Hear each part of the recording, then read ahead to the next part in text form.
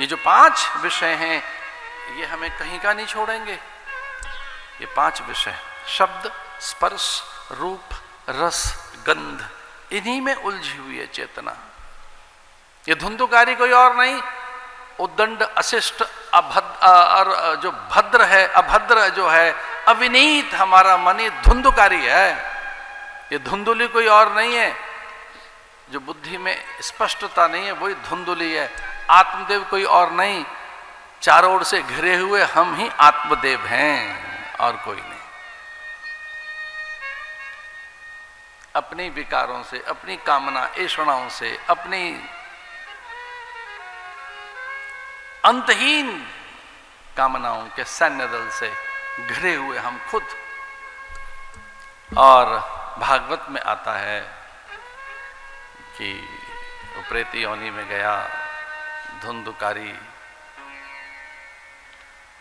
आत्मदेव भटक रहे थे, धर्मम भजस सततम,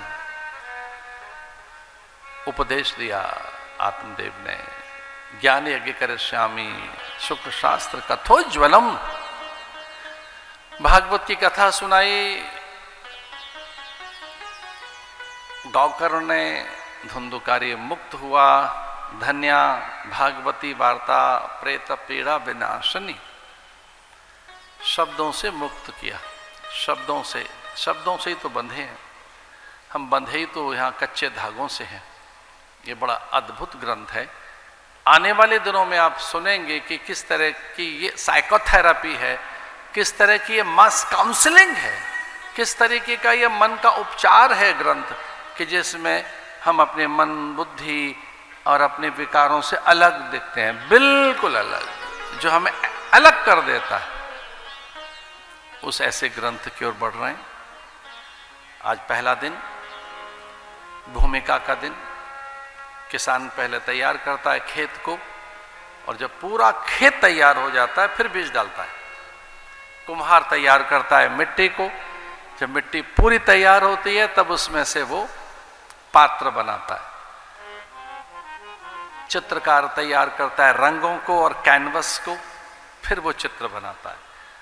और ठीक वैसे ही मूर्तिकार, स्थापत्यकार पत्थर को ढूंढते हैं, बहुत दिन लग जाते हैं। उस पत्थर को ढूंढने में जो हथौड़े की घन के प्रहार को, उसकी चोट को सहन कर सके, छेनी और हथौड़े के प्रहार को, तब कहीं मूर्ति बनती है। मूर्तिकार ऐसे को पत्थर नहीं ले आता।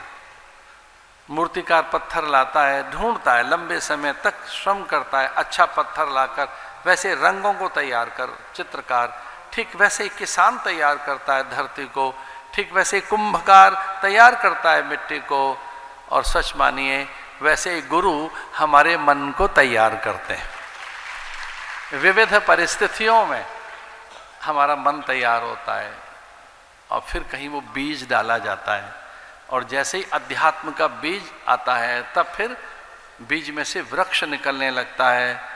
और आप सब जानते हैं कि वृक्ष में से निकलने वाले फल फूल, उनकी गंध सुगंध मकरंद, उनसे उत्पन्न होने वाली प्राणवायु अथवा आर्द्रता, भूस्खलन को रोकने के लिए उनकी जड़ें, या कि बादलों को बुलाने के लिए, पर्जन्यों को पैदा करने के लिए उनका गीलापन, सब बीज में होता है। हम सब में अध्यात्म बीज है, हम सब के भीतर में भगवत प्राप्ति की योग्यता है, हम सब में वो बीज है। पर वो बीज कब कुल बुलाते हैं? जब हम कभी कथा में चले जाते हैं, जब कभी हम तीर्थ में चले जाएं, महापुरुषों के पास चले जाएं, तो बीज वो कुल बुलाने लगते हैं।